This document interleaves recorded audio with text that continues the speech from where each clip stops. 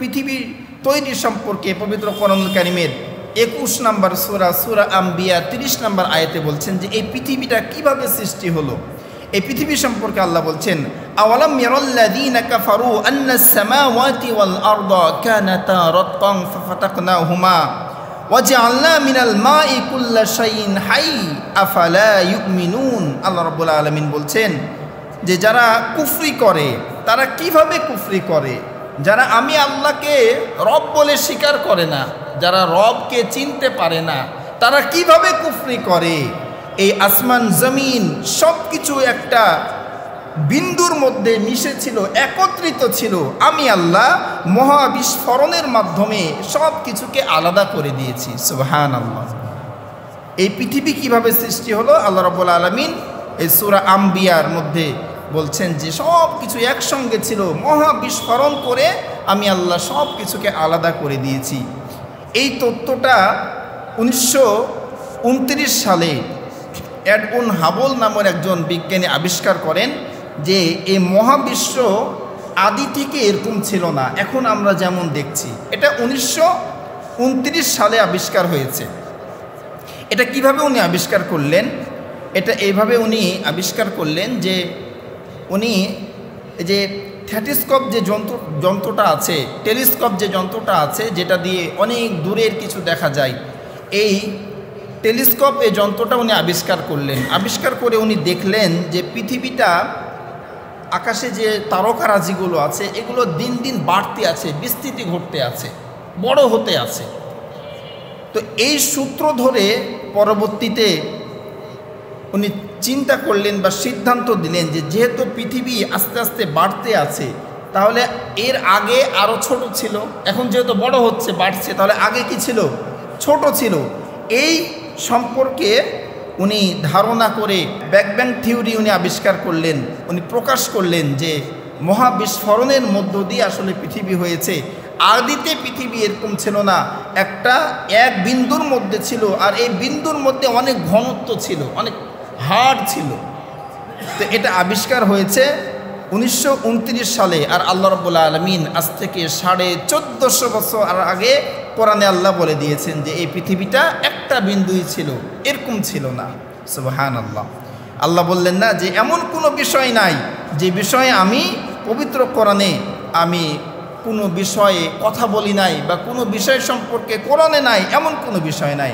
সব বিষয়ে আমি কোরআনুল কারীমে বিস্তারিত আলোচনা করেছি। সুবহানাল্লাহ। তাহলে আল্লাহ রাব্বুল আলামিন যে এই আসমানকে বাড়াচ্ছেন, আসমানকে বৃদ্ধি করছেন, জমিনকে বৃদ্ধি করছেন, এটা আজকে বিজ্ঞান দ্বারা প্রমাণিত।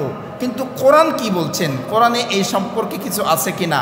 আল্লাহ যেহেতু বললেন যে সব বিষয়ে বলেছি, আল্লাহ এই যে পৃথিবীকে বিস্তৃত ঘটাচ্ছেন, বড় করছেন, এই বিষয়েও কোরআনে বলে দিয়েছেন। বলুন সুবহানাল্লাহ। আল্লাহ রাব্বুল আলামিন পবিত্র কোরআনুল কারীমের 51 নম্বর সূরাতুল জাসিয়ার 47 নম্বর আয়াতে বলেন, ওয়াস-সামাআ বানাইনাহা বিআইদিন ওয়া ইন্না লামুসিউন। আল্লাহ রাব্বুল আলামিন বলেন, আমি নিজ হাতে আসমান তৈরি করেছি, আমি নিজ হাতে আসমান তৈরি করেছি, আমি নিজ হাতে এই পৃথিবী তৈরি করেছি। আর পৃথিবী তৈরি করার পর থেকে এই পৃথিবীকে আমি সম্প্রসারিত করতে আছি, বাড়াতেই আছি, বিস্তৃতি ঘটাতেই আছি। সুবহানাল্লাহ। আল্লাহ রাব্বুল আলামিন 1450 বছর আগে পবিত্র কোরআনে বলে দিলেন যে আমি নিজ হাতে আমি তারকারাজি, আসমান, আমি সব কিছু তৈরি করেছি, করার পরে এটাকে বিস্তৃতি ঘটাচ্ছি, এটা দিন দিন বাড়তেই আছে, এটা বড় হতেই আছে। এটা আবিষ্কার হলো কবে? এই সেই দিন, 100 বছরও এখনো হয় নাই। আর আল্লাহ রাব্বুল আলামিন 1450 বছর আগে কোরআনে বলে দিয়েছেন যে দিন দিন এই পৃথিবী বাড়তে আছে, বড় হতে আছে। তো এই পৃথিবীর সূচনা কিভাবে হলো? এই পৃথিবীর সূচনা হয়েছে আল্লাহ রাব্বুল আলামিন যখন চাইলেন যে আমি এই পৃথিবী বানাবো, তখন এই পৃথিবীটা শুরুতে পানি দিয়ে ভরা ছিল। আমরা যে জমিনে বসবাস করছি এটা পুরোটাই পানি ছিল, আদিতে পুরো পানি ছাড়া আর কিচ্ছু ছিল না। তো আল্লাহ যখন চিন্তা করলেন যে আমি পৃথিবী বানাবো, এখানে আমার বনি আদম আসবে, আমার প্রতিনিধি আসবে, তখন আল্লাহ রাব্বুল আলামিন যে বর্তমান কাবার যে অংশটা, মূল কাবা যেটা, ওই জায়গাতে পানিগুলোকে ঢেউয়ের মাধ্যমে অল্প সংখ্যক মাটি তৈরি করলেন। সুবহানাল্লাহ।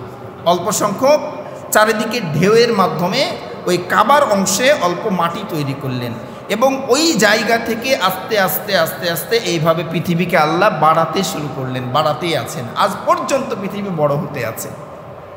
তো আল্লাহ যখন পৃথিবী তৈরি করলেন, পানির উপরে যদি নৌকা বা কাঠ বা কিছু রাখা হয় তাহলে কি অবস্থা দাঁড়ায়? পানির ঢেউয়ে ওটা কি স্থির থাকে না লড়বড় করে? কথা বলেন, লড়বড় করে না? এই যে এখন নদীতে পানি হয়েছে, গেলেই দেখতে পাবেন যে নৌকাগুলো স্থির থাকে না, পানির ঢেউয়ে ভাইব্রেশন হয়, নড়াচড়া করে। তো এই পৃথিবী যখন আল্লাহ তৈরি করলেন, পানির উপরে থাকার কারণে পৃথিবীটা নড়চড় করছিল, স্থির ছিল না। তো ফেরেশতারা আল্লাহকে ডাক দিয়ে বললেন যে আল্লাহ গো, তুমি যে এই পৃথিবী বানালে, বনি আদম পাঠাবে, তোমার খলিফা পাঠাবে, তো তোমার বনি আদম এই পৃথিবীতে কি করে বাস করবে? পৃথিবী তো অস্থির, তারা কিভাবে ঘুমাবে, কিভাবে চলবে, কিভাবে গাড়ি চালাবে? তো আল্লাহ রাব্বুল আলামিন তখন বললেন যে ফেরেশতারা রে, তোমরা তো ঠিকই বলেছ যে এই পৃথিবীতে আমার বনি আদম কি করে বসবাস করবে।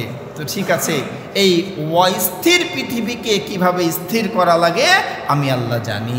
আল্লাহ রাব্বুল আলামিন এই কথা পবিত্র কোরআনুল কারীমের ৭৮ নম্বর সূরা নাবার ৭ নম্বর আয়াতে আল্লাহ বর্ণনা করছেন। আল্লাহ রাব্বুল আলামিন বলেন, ওয়াল জিবালা আওতাদা, পৃথিবীর আনাচে কানাচে পেরাক রূপে আমি পাহাড়কে গেড়ে দিয়েছি। বলুন সুবহানাল্লাহ। পেরাক রূপে পাহাড়কে গেড়ে দিয়েছি। পেরাক শব্দটি আল্লাহ ব্যবহার করেছেন। পেরাক মানে কি? কাটা। এই যে আমরা যে কাটার ব্যবহার দেখি, এই যে এই টেবিলটাতে যে পেরাক মারা হয়েছে, কাটা মারা হয়েছে, আমরা কতটুকু দেখতে পাই? মাথার অংশটুকু, মূলটুকু কি ভিতরে থাকে। যতটুকু দেখতে পাই এতটুকু পুরো পেরাকের 10 ভাগের 1 ভাগও না, মূলটা কিন্তু ভিতরেই আছে। আল্লাহ রাব্বুল আলামিন যে পাহাড়গুলো তৈরি করেছেন, এই পাহাড়ের মাথাগুলো আমরা দেখতে পাই, মূলগুলো মাটির ভিতরে আছে। তো মাথাগুলো যদি এত বড় হয় তাহলে মাটির ভিতরে যত ঢুকানো আছে এটা কত বড় আছে, কত বড় আল্লাহ পেরাক দিয়ে, পাহাড় দিয়ে এই অস্থির পৃথিবীকে স্থির করলেন।